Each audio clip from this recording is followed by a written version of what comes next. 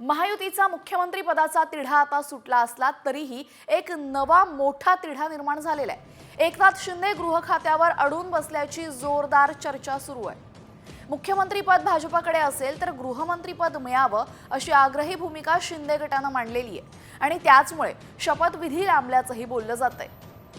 जसं फडणवीस डीसीएम होते त्यावेळेला त्यांच्याकडे होतं तसं असं आम्हाला आता वाटतंय की ते आमच्याकडे यावं। त्यात चुकीचं काय आहे? आता आम्हाला प्रत्यक्ष याच्यातलं खरं खोटं काहीच माहिती नाहीये, त्याच्यामुळे यावर मी काही भाष्य करणं आणि मागणी ही होतच असते।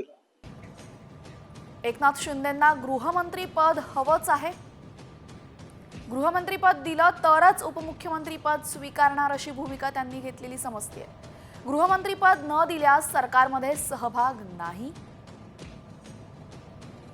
फडणवीसही गृहमंत्रीपदासाठी आग्रही असल्याची माहिती आहे। तर गृहमंत्री पदामुळेच शपथविधी लांबलेला आहे का अशी शक्यता आहे।